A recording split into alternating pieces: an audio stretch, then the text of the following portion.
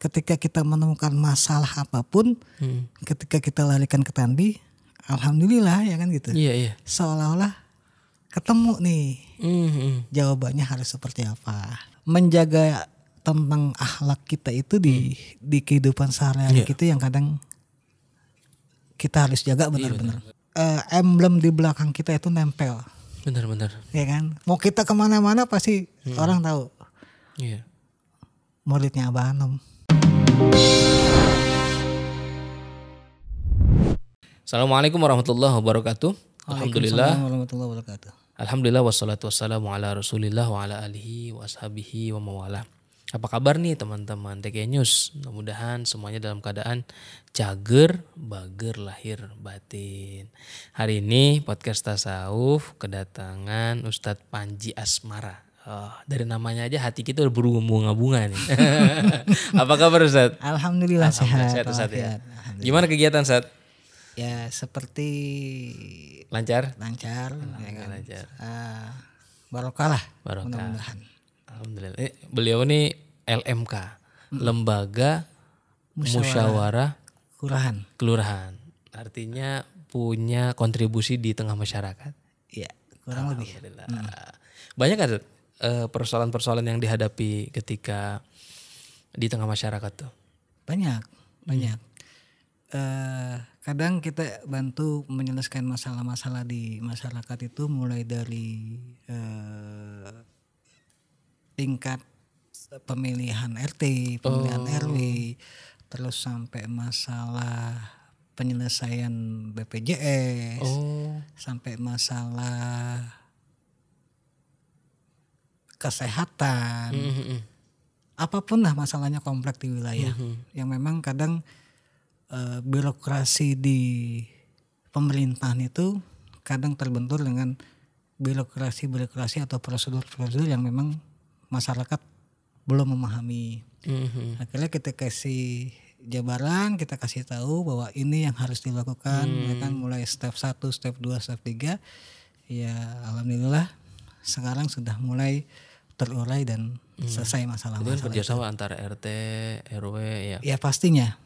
Semua elemen masyarakat ya kan, mulai dari tingkat RT, RW sampai tingkat pemerintah kelurahan juga pasti kita ajak untuk diskusi gimana cari solusi yang terbaik buat masyarakat. Iya. Artinya ketika kita ingin membangun masyarakat nih Ustadz Panji, berarti perlu dialog. Perlu musyawarah. Perlu bekerja sama. Nggak pandang bulu Ustadz? Nggak. Agama apapun ya? Nggak apa. Suku apapun ya? Suku apapun. Toh ya kita harus bisa membuktikan bahwa kita mengabdi buat masyarakat itu tanpa melihat suku, tanpa melihat agama.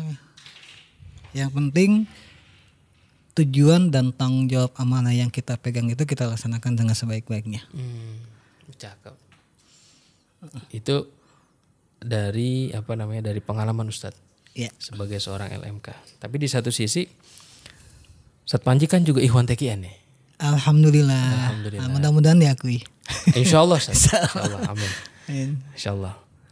Ada nggak Ustadz sebenarnya pengaruh ke TKN-an di dalam di dalam peran nih yang Ustadz Panji jalani nih selama ini?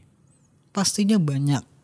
Karena di TKN itu sendiri kita mengambil pelajaran bahwa segala apapun pola tingkah laku kita, kita harus bisa mengendalikan dengan kontrol defense, maksudnya emosi. Kontrol diri ya. Kontrol diri. Nah di TKN itu kan kita belajar bagaimana mengendalikan hawa nafsu yang ada di kita. Ketika kita berdialog kita tidak pakai emosi, ketika kita mengajukan saran tidak pakai emosi, dan akhirnya di situ ketemu enaknya bahwa apa yang kita sampaikan alhamdulillah bisa diterima oleh semua yang kita sampaikan, termasuk dari pihak kelurahan, pihak kecamatan, sampai nanti kita bisa tembus ke wali kota, bahkan sampai ke tingkat. Emang kalau boleh tahu tugas ini apa Ustaz? Tugas pokok. Tugas pokok fungsinya adalah menjembatani, mewasilahi ketika masyarakat menemukan permasalahan-permasalahan, menemukan kendala-kendala, dan kita juga harus bisa mengajak peran serta aktif masyarakat terhadap kegiatan-kegiatan yang sifatnya kewilayahan. Jadi kita memang diminta untuk selalu bekerja sama pihak pemerintah, sama pihak yang lain dalam hal peran serta aktif masyarakat di pembangunan wilayah tersebut. Ini kan sangat terkait sekali dengan akhlak tanbih. Ya. Nah, gimana Ustadz meresapi nilai tanbih itu dalam masyarakat, dalam bermasyarakat maksudnya? Ya, di tanbih kita diajarkan bahwa terhadap orang yang lebih tinggi kedudukannya daripada kita, ya kan gitu, kita harus saling menghargai. Disitulah konsep di mana bumi dipijak, di situ langit dijunjung. Artinya kita harus bisa menempatkan diri ketika memang ada hal-hal yang sesuai dengan posisi kita di mana, disitulah kita berperan. Tapi ketika ada posisi yang di mana kita tidak bisa menjangkau itu, kita perlu orang-orang yang memang lebih tinggi dan lebih ahli dalam hal masalah tersebut. Dijadikan mitra. Okay. Jadi memang tanbih itu nilainya itu sangat sangat universal. Ya. Dia bisa masuk ke dalam semua unsur kehidupan. Ya kan, dalam bermasyarakat, dalam bersosialisasi, kehidupan rumah tangga. Bahkan ketika kita menemukan masalah apapun, ketika kita larikan ke tanbih, alhamdulillah ya kan gitu. Seolah-olah ketemu nih jawabannya harus seperti apa. Jadi kalau kita mau ambil keputusan atau pertimbangan, boleh juga kita renung-renungkan dulu tanbih, Ustaz ya? Iya. Kadang sesekali ketika memang ada hal-hal yang di luar daripada domain kita, ranah kita, ya kan gitu. Itu nggak ada salahnya juga kita bisa berpitoh kepada guru kita supaya minta dicarikan solusi yang paling baik, supaya permasalahan-permasalahan yang ada di wilayah itu bisa selesai tanpa ada masalah. Oke. Jadi ketika kita menghadapi masalah, robitoh tetap jalan gitu. Tetap jalan, harus jalan. Kita bukan siapa-siapa. Kita perlu istiadah, pertolongan orang lain yang memang di luar batas kemampuan kita. Karena kan namanya pertolongan, ada sifatnya yang kita bisa minta pertolongan ke Allah, ada yang sifatnya kita bisa minta pertolongan ke makhluk lain sesuai dengan porsinya dan bidangnya. Benar. Jadi kita harus menempatkan diri pada tempatnya itu, Ustaz. Sekaligus kita juga memohon pertolongan kepada Allah dalam setiap aktivitas kita, dan salah satu caranya dengan berobita itu, Ustaz. Oke. Saya udah tangkap nih, Tat. Berarti ketika kita robitoh itu bukan berarti kita ingin mengandalkan kemampuan diri sendiri. Tapi justru ketika kita berobitoh itu kita justru menggunakan fasilitas yang dimiliki oleh Ikhwan TGN.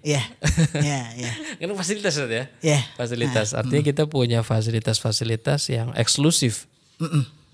Ketika kita sudah mendapatkan talqin dzikir, menjadi muridnya pengarsa Abah Anom, kita punya fasilitas untuk melakukan robitoh. Punya pengalaman, Ustaz? Melakukan robitoh dan mendapatkan jawaban. Iya. Pernah. Ketika memang ada hal-hal yang sangat krusial. Ya, contoh permasalahan terkait sumber pemasukan di wilayah masing-masing, misal. Ya kan? Kita tahu latar belakang masalahnya. Kita tahu ruang lingkup masalahnya. Cuman ada pihak-pihak yang coba menutupi itu dan akhirnya menjadi seolah-olah kita yang disalahkan. Ya disitulah ya kan gitu. Kita coba minta lewat lobito dan akhirnya ditunjukkan bahwa yang benar itu adalah yang benar. Gitu. Akhirnya mendapatkan solusi lah. Ya, dan penyelesaian tentang permasalahan itu. Iya. Lu talkin tahun berapa, Ustaz? Seingat saya dulu waktu saya masih kelas 3 STM dulu saya kan gitu. Tahun 95-90-an ya. 95-96 itu saya sudah datang ke tempat manakib waktu itu di Pulau Mas, kalau nggak salah tempatnya Pak Gunawan. Di situ saya disuruh ikut oleh ustadz saya, suruh duduk, terus diajarin lah kalimat zikir. Dulu saya belum ngerti bahwa itu ternyata sudah proses talqin. Proses talqin. Jadi Nah, ikut gitu. aja waktu ikut aja, ya kan gitu. Karena kita masih sekolah, ya gitu. Kita juga masih ya bahasanya ya gitu deh. Iya. Masih zaman-zamannya. Berarti nggak langsung ngamalin deh ya? Belum. Seingat saya datang lagi ke tempat manakib, diajak lagi itu setelah tahun 99 ya kan. Itulah di situ ketemu. Saya pernah datang ke Masjid Al Mubarak ini dulu masih di bawah, bukan seperti bangunan yang sekarang. Oh, masih belum tingkat. Masih belum tingkat. Nah, disitulah saya coba datengin tempat-tempat manakib ya kan, pengen tahu apa sih ya kan yang dimaksud dengan TKN, apa sih yang dimaksud dengan Surilaya ya kan gitu. Disitulah saya coba datangi tempat-tempat manakib. Dan tahun 2000 itulah baru saya ada ketertarikan ingin mendalami. Jadi ketika belum memiliki pengetahuan atau wawasan seputar TKN itu belum mengamalkan. Belum. Tapi ketika sudah diperoleh pengetahuan atau wawasan tentang keTKN-an, kesuryalayaan, itu mulai. Ada rasa ingin tahu, rasa ingin pengen menggali. Seiring waktu berjalan ya, akhirnya ada kesempatan dulu pernah ada kursus tasawuf angkatan pertama tuh. Ikut ya? Saya ikut. Oh, angkatan pertama? Angkatan pertama. Barengan Ustadz Jihan kalau nggak salah. Tahun berapa sih, Ustaz? Ya kurang lebih tahun 2000-an dah. Tahun 2000-an ya, angkatan tahun 2000-an. Angkatan pertama. Di situ masih tempatnya itu bukan di TKN Center tapi di tempat Pak Wafi waktu itu di Balai Pustaka, seingat saya. Ya kita belajar lah dari mulai pengamalan sehari-hari sampai khotaman ya kan gitu. Kalau nggak salah itu kurang lebih 4 hari atau 5 hari. Jadi kursus tasawuf itu adalah kursus bagaimana kita menjadi ikhwan yang baik gitu ya. Ya minimal menambah pengetahuan atau menambah keilmuan kita tentang ke TKN-an. Oke. Jadi mulai itu tahun 2000 tahun 2000 ya mulai mengamalkan berarti ya. Jadi pasca mengikuti KT atau kursus tasawuf baru tuh. Ustaz berarti mulai mengamalkan gitu mengamalkan secara rutin. Okay. Nah, disitulah saya belajar untuk mengamalkan, maksudnya menghafalkan khotamah, mengamalkan tawasulan dan yang lain-lain itu ya. Itu saya belajar sendiri ya kan, sampai orang rumah itu bingung gitu ya kan. Ngamalin apa sih? Bingungnya kenapa? Ya ngamalin apa sih katanya tiap hari kalau sholat lama amat kan. Biasanya habis sholat sama assalamualaikum kabur ya jalan. Ya, itu. Jadi mulai rutin belajar dari maghrib sampai isya itu nggak bangun, artinya ya di tahun 2000-an itu. Nah, gitu. Jadi artinya ada amalan-amalan TKN yang dilakukan secara bertahap gitu ya, bertahap. Mulai dari saya waktu itu mulai dari sholat maghrib sampai sholat isya itu nggak bangun, artinya ya terus sampai ya, waktu isya. Masya Allah. Gitu.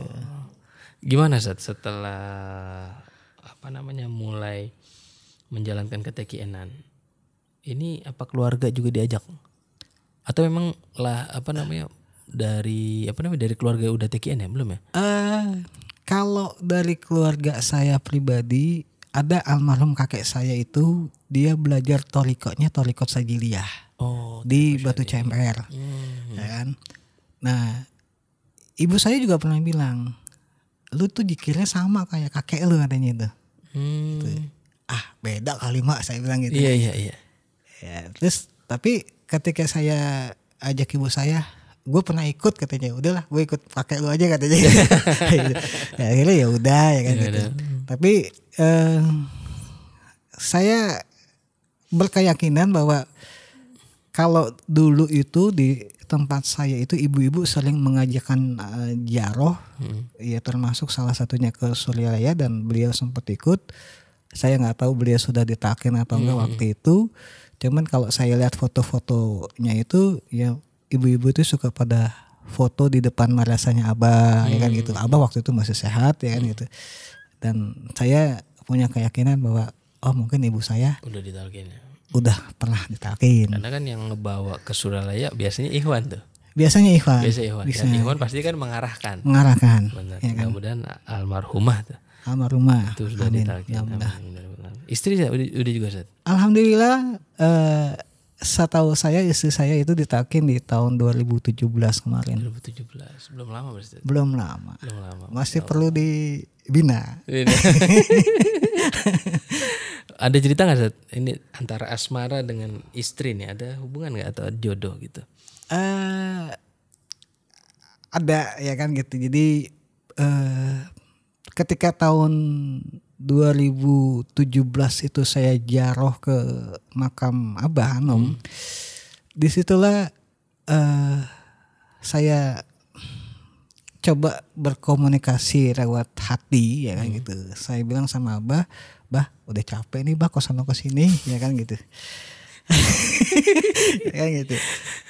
Gimana nih Bah ya kan gitu. Sementara makin kesini umur makin nambah nih ya kan gitu. Terus ya selesai itu ya udah saya udah lepas ya kan gitu. Dan ternyata istri saya juga waktu itu belum sempat ziarah datang sama teman-temannya tapi nggak ketemu saya. Ziarah ke Suryalaya. Dia sama rombongan bibinya dan teman-temannya waktu itu, dan pada akhirnya kita diketemukan waktu setelah acara, kalau nggak salah Hari Besar Islam itu, saya lupa antara Muharram atau Maulid di SMP 269 Kemayoran. Jadi waktu itu Pak Wafi, Ustaz Nursidin. Waktu itu Pak Wafi yang datang, ya kan? Ya karena kita memang dari dulu diajak teman-teman untuk bergabung di ADTKN Jakarta Pusat. Dulu belum ADTKN, dulu masih Yayasan Korwil Jakarta Pusat ya kan gitu. Dan saya diminta untuk jadi panitianya. Di awal-awal saya bantu, pas di hari hanya itu saya nggak bisa hadir karena memang bertepatan dengan pemilihan LMK itu, gitu. Nah dari cerita istri saya ya, disitulah dia belajar kenal TKN, dan nggak tahu kenapa setelah dia jikir itu iseng-iseng ada WA-an masukkan gitu. Dulu. Yang di WA siapa? Yang di WA saya. Nah, gitu. Yang di WA saya tanya ini siapa yang gitu. Ternyata itu nomornya istri saya, dan dia bilang itu bukan dia tapi temannya yang iseng katanya gitu. Dari iseng-iseng itulah ya gitu. Akhirnya kita berlanjut, kita kenalan, dan ketika saya ngerasa ya mungkin ini kali ya jawaban dari apa yang saya minta di makam Abah artinya kan gitu. Ya udah saya jalanin, dan mudah-mudahan ini jodoh atau pilihan dari Abah buat saya kan gitu. Jadi awalnya Iseng. Maksudnya temennya istri kan? Ya. Iseng sampai jadi nikah. Itulah. Tapi memang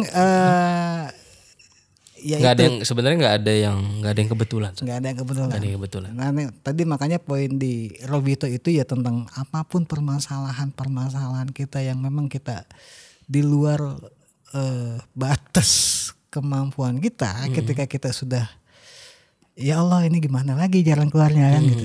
Nah, ya disitulah coba kita komunikasi sama guru kita. Mungkin ada hal-hal atau jawaban-jawaban yang sekira-kiranya pasti akan datang solusinya. Gitu.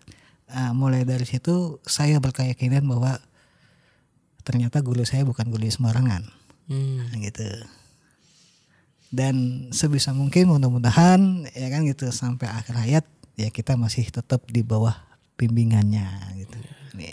Jadi buat yang ikhwan ataupun akhwat yang masih single Ustaz ya. Iya. Jangan lupa Robito gitu Ustaz. Iya, enggak apa-apa. Apa? Enggak apa kan.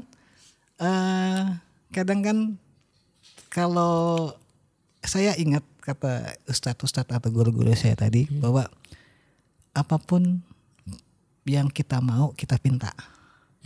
Ya kan gitu. Yeah. Tapi pintanya itu jangan umum tapi spesifik. Khusus. Yeah. Ya kan? Nah, ketika memang masalah jodoh misal, ya udah doa aja minta jodoh. Pun nanti juga lama-lama bosen. Itu. Yang bosan kita ya? Yang bosen kita. Nah, gitu. Akhirnya ketika kita udah berusaha mencari kesana kesini ya datang ya kan gitu, datang dengan sendirinya. Masya Allah. Ini berkahnya Robito berarti Ustaz. Alhamdulillah. Berkahnya Robito mendapat jodoh. Betul. Masya Allah. Dan ini mungkin juga bisa bukan mungkin ya, dan ini bisa diterapkan pada kasus-kasus lain berarti kan? Bukan Bisa jadi. Ustadz Panji ini kan juga, kalau nggak salah kemarin LDTK Jakarta Pusat mengadakan manajemen kolbu. Pelatihan manajemen kolbu. Dan saya lihat di medsos itu banyak antusiasme masyarakat. Itu sampai ratusan saja. Kurang lebih 120-an seingat saya ya. Kurang lebih ya. Karena memang kadang posisi kita itu ya kita harus bagi-bagi tugas.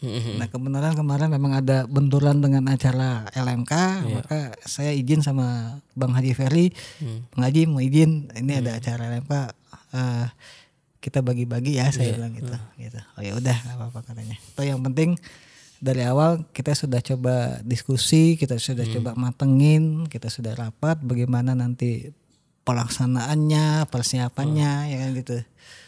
Alhamdulillah ternyata antusias masyarakat yang datang. Mayoritas sudah talqin atau?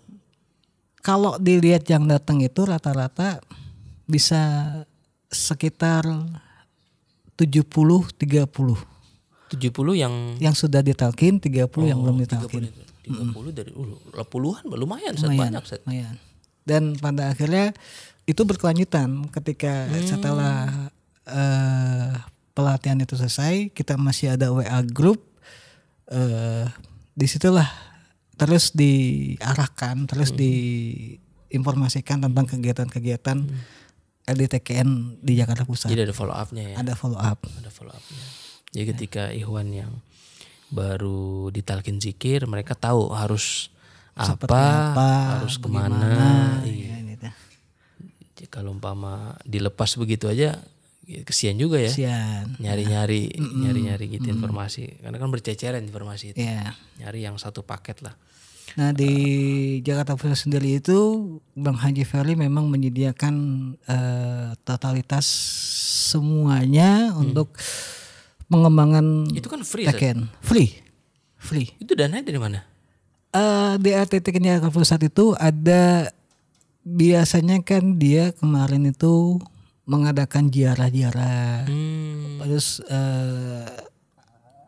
istilahnya apa ya namanya, benefit ya kan, benefit dari kegiatan-kegiatan yang masuk kas itu dijadikan untuk kegiatan-kegiatan pengembangan dakwah. Itu kan kemarin kalau nggak salah dalam rangka menyambut ulang tahun Suralaya juga. Suralaya. Masya Allah. Jadi rupanya lewat kegiatan-kegiatan yang sifatnya komersial, justru keuntungannya itu larinya ke sosial juga ya. Sosial juga. Masya Allah. Dan ikhwan akhwat yang mengikuti kegiatan pelatihan manajemen kolbu lah, kalau di sini kursus tasawuf, itu yang nggak punya duit bisa Ikut. ikut. Masya Allah. Emang harus ada subsidi silang saat ya. Halus. Jadi teman-teman di Jakarta Pusat itu alhamdulillah ya kan gitu, mereka berkomitmen untuk sama-sama kita apa sih yang kita bisa berikan. Benar-benar. Nah, gitu. Benar.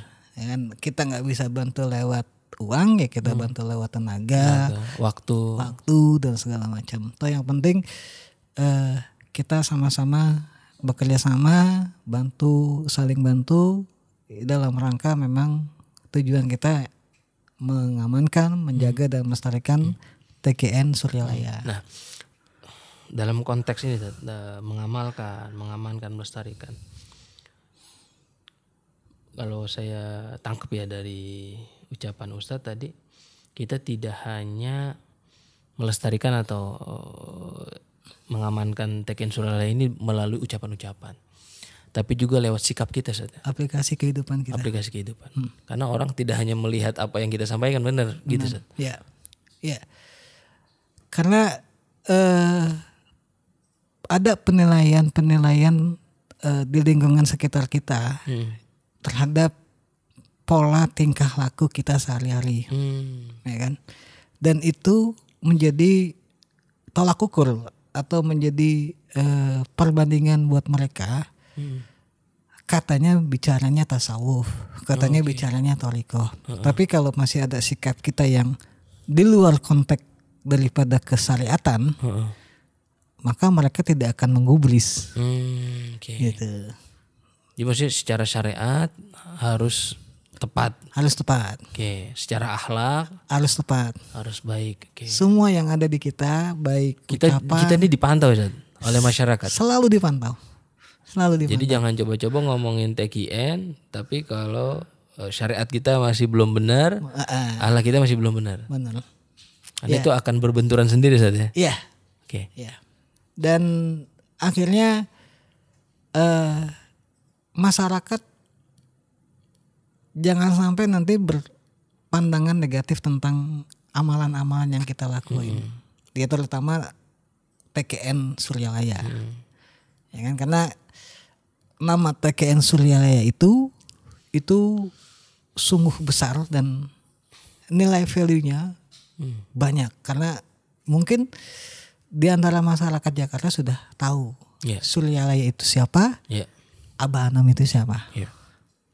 Makanya karena punya nilai jual yang tinggi, ada saja pihak-pihak yang menggunakan. Ya, pastinya, ya terutama tentang perdebatan ya kan, tentang perbandingan antara thariqah ini dengan thariqah yang lain, ya kan, tentang cara ini dengan cara yang lain. Maka kita harus tetap tunjukkan akhlak.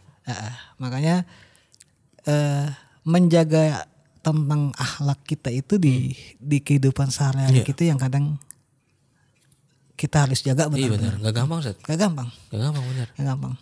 Kita yang biasanya kalau keluar koboi ya kan, suka pakai celana pendek gitu ya kan gitu. Itu jadi penilaian buat mereka. Bener, oh ini orang thariqah nih. Orang thariqah, ya kan, masa keluar pakai celana pendek kayak gitu. Ini orang thariqah nih. Masa dangdutan mulu. Iya, masa dangdutan mulu ya kan, masa gitu-gitulah. Benar. Jadi justru ketika kita mengamalkan thariqah, kemudian kita justru berbuat hal-hal atau sikap-sikap yang itu tidak sesuai dengan nilai di masyarakat, justru itu mencederai ya. Iya, bisa jadi. Bisa merusak nama Suryalaya juga ya. Bisa. Makanya Ikhwan Ahwat, betul. Saya ingat ceramahnya Ki Arif Ikhwan itu. Mubalik itu adalah cerminnya Abah di lapangan. Gitu. Nah, maka ketika kita dijadikan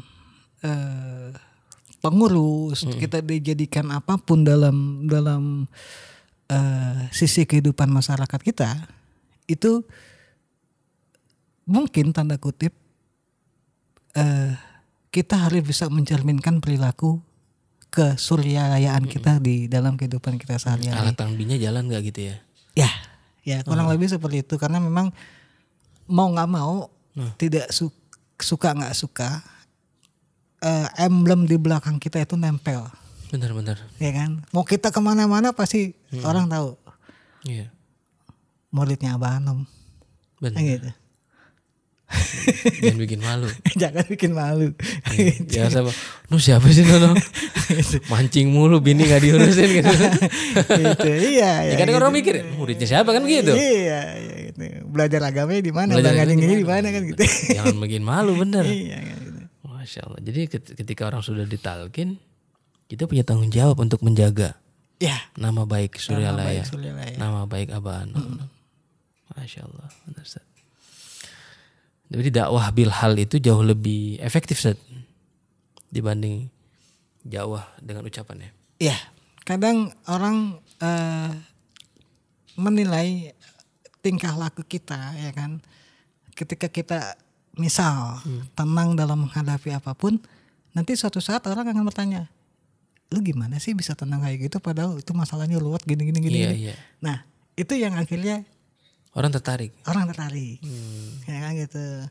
Konsep apa sih yang lu pakai, cara apa sih yang lu pakai misalnya gitu.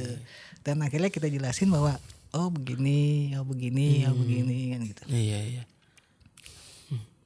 Dapat, poinnya tuh dapat. Saya pengen tanya nih, Ustadz Panji ini kan juga aktif pernah ngajar ngaji. Dulu banget. Akhirnya kan artinya kan punya pengalaman lah ngajar Al-Quran. Saya juga pernah ngajar ngaji waktu kuliah. Gitu. Tapi sorry itu saya ngajar ngajinya enggak yang gimana masih ikro-ikroan dulu. Kita jangan meremehkan ikro, Ustaz. Karena banyak orang bisa baca Al-Quran lewat metode ikro. Iya. Gitu.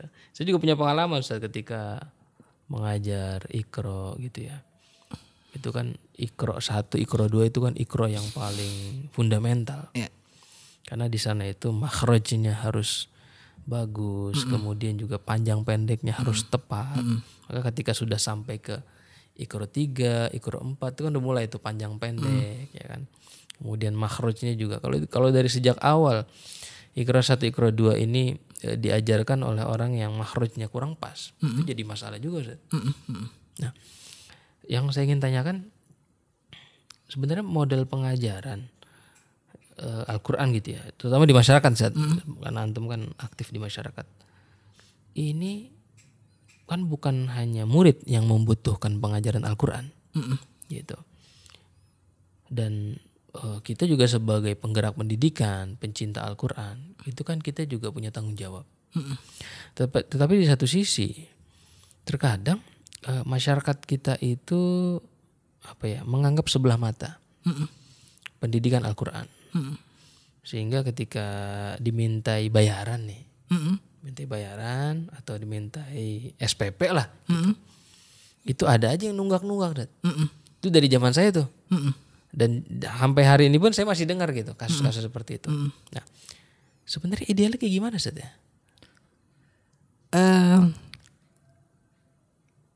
Kebanyakan masyarakat itu mengukur segala sesuatunya itu dengan materi, dengan uang. Oke. Artinya semua pasti dilihat dari hukum ekonomi. Oke. Ya kan? Karena ya kita tahu kondisi masyarakat sekarang selepas pandemi ini banyak kebutuhan yang akhirnya BBM naik juga. Yang akhirnya kan tidak semua masyarakat mampu. Ya terutama di lingkungan masyarakat bawah yang kadang ada kesulitan ketika dimintai mungkin tanda kutip uang tali kasih, uang penghargaan terhadap guru ngaji yang sudah mengajar. Nah, kemarin ada masyarakat yang menginformasikan ke saya bahwa terlalu besar uang yang diminta. Berapa, Zat? Kurang lebih 50.000 sebulan. Ngajinya setiap minggu 5 kali. Setiap hari itu ya kan gitu, dari Senin sampai kadang hari Minggu juga ngaji mereka. Kan gitu. 50.000 ngaji tiap hari. Ngajinya tiap hari. Ya kan gitu. Dan itu yang kadang Masyarakat ada yang keberatan. Itu ngaji di masjid atau di masjid. masjid? Di masjid ya kan gitu. Dan alhamdulillahnya kemarin akhirnya kesepakatan sama pengurus masjid itu ada bantuan guru ngaji yang kita ajuin ke dinas provinsi, ya salah satunya mungkin ke Basnas, terus ada bantuan juga dari Dewan Masjid Indonesia, dan itu yang akhirnya kita alokasikan untuk guru-guru masjid supaya untuk menjaga kegiatan pengajian itu tetap berjalan. Tanpa ya kita paham bahwa masyarakat ini kan keinginannya selalu pengen ditampung, selalu pengen dijalankan, ya kan gitu. Disitulah kita coba menerapkan win-win solutionnya. Gitu. Jadi sebenarnya kalau dihitung 50.000 dibagi 30 lah. 1.500 kurang lebih sehari. 1.500 kita kencing aja bisa 2.000 kan? 2.000 ke toilet ya kan bisa 2.000. Toilet 2.000 kencing doang 2.000. Kalau toiletnya sekali, kalau 3 kali sehari kan 6.000 ya gitu. Ya kita emang nggak masuk logika. Iya nggak masuk logika. Artinya kan pengajaran keagamaan itu masih ada sebagian lah, kita nggak pukul rata, masih ada sebagian menganggapnya sebelah mata gitu. Terutama pengajaran Al-Quran, padahal pengajaran Al-Quran ini sangat krusial gitu bagi anak-anak gitu, dan mereka ini kan yang akan mewariskan lah bacaan-bacaan Al-Quran. Apalagi juga data terakhir masih banyak juga kan generasi di Indonesia ini yang masih masih buta huruf Al-Quran gitu. Mungkin bisa jadi pengennya yang murah ya, atau lebih gratis. Kalau bisa gratis ya. Iya, kalau bisa gratis gitu kan. Ya emang orang kalau pengen ada gratis ya orang pasti milih gratis gitu. Iya. Gitu. Tapi kan yang gratis itu juga kan pasti perlu pendanaan, perlu pembiayaan gitu. Memang yang kalau memang mengadakan di masjid mungkin dana infak sedekah masjid masih bisa di backup masjid masih lah. Bisa di backup lah gitu. Tapi kan kalau yang betul-betul mengandalkan hanya lewat bayaran itu, ya kan satu sisi kan masyarakat juga kan ada yang memang mampu, ya kan ada juga yang ke ekonominya lemah gitu kan. Kita kan nggak pengen juga gara-gara dia nggak punya uang kemudian jadi nggak bisa ikut ngaji, belajar ngaji. Artinya kan kita benar kan kata Ustadz Panji itu, kita tampung semua masukan dari masyarakat, tapi satu sisi harus ada evaluasi bersama saatnya. Iya. Jadi gurunya dievaluasi, kemudian juga masyarakatnya juga diedukasi. Kalau memang mampu, jajan anaknya kadang lebih gede, bukan kadang sih, emang lebih gede dibanding bayaran ngajinya. Ya, sekali ngaji jajan 5.000. Iya. Ya itu dia. Salah satu problematika di masyarakat bawah itu ya seperti itu. Jadi sebenarnya bukan masalah tapi dibikin masalah. Oh iya, bukan masalah bikin masalah. Sebenarnya bukan masalah, 50.000. Iya kan gitu. Nah, gitu. Kalau dia mau nabungin atau nyelengin sehari 2.000 aja ya kan, nih nak simpen buat ngaji ya, kan gitu. Gitu. Kan bisa aturannya. Iya, bisa. Gitu. Saya ingat saya waktu ngajar ngaji tuh bayaran 20.000 Sat. 20.000 itu orang pada nunggak. Nunggak 3 bulan, 5 bulan, 20.000. Masya Allah. Disinilah pentingnya kita bertoriko, Sat.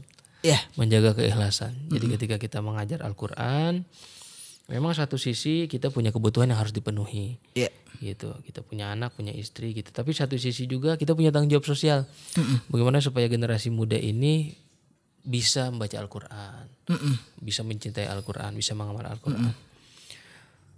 Ya, disinilah pentingnya ISF, Sat. Zakat, wakaf, sedekah ya, ziswaf. Bisa digunakan untuk kegiatan-kegiatan operasional. Maka tidak bisa dipungkiri dakwah itu mesti ditopang oleh ekonomi. Dan ekonomi pun ekonomi yang sifatnya Islamik. Gitu. Agar ekonominya ini bebas dari riba. Memang salah satu wacana dari teman-teman di Jakarta Pusat juga itu memang ya seperti kemarin kita buat pelatihan pendidikan kalbu itu, kita tidak lagi berdasarkan sodako, berdasarkan donasi, tapi seenggaknya ada momen atau kesempatan di saat kita memang bisa menyelenggarakan kegiatan yang kita bisa ambil benefitnya, kita jadikan buat kegiatan sosial lagi.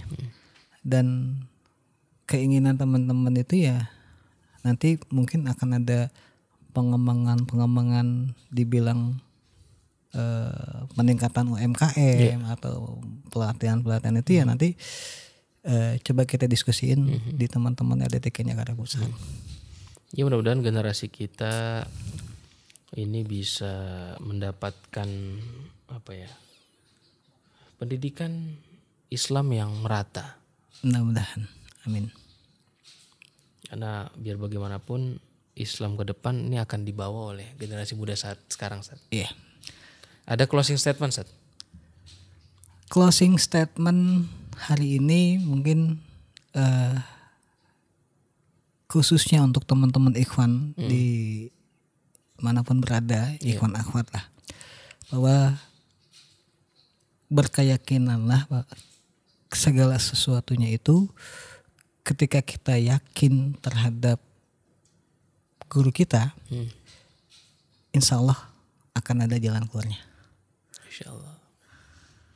Terima kasih Ustaz Panji. Sama-sama. Sudah berbagi di podcast Tasawuf. Mudah-mudahan kegiatan, aktivitas, dakwah di masyarakat maupun di keluarga semuanya lancar. Amin, mudah-mudahan. Dan kita bisa tetap istiqomah, Ustaz. Insya Allah. Insya Allah. Oke, Sobat TK News, terima kasih nih. Makasih sudah semuanya. menyaksikan, mendengarkan, mendukung, mensupport. Dan yang buat traktir tim TK News juga terima kasih banyak. Traktir kopinya. Dan jangan lupa download aplikasi TK News. Kita jumpa lagi di Sabtu mendatang. Assalamualaikum warahmatullahi wabarakatuh. Waalaikumsalam warahmatullahi wabarakatuh.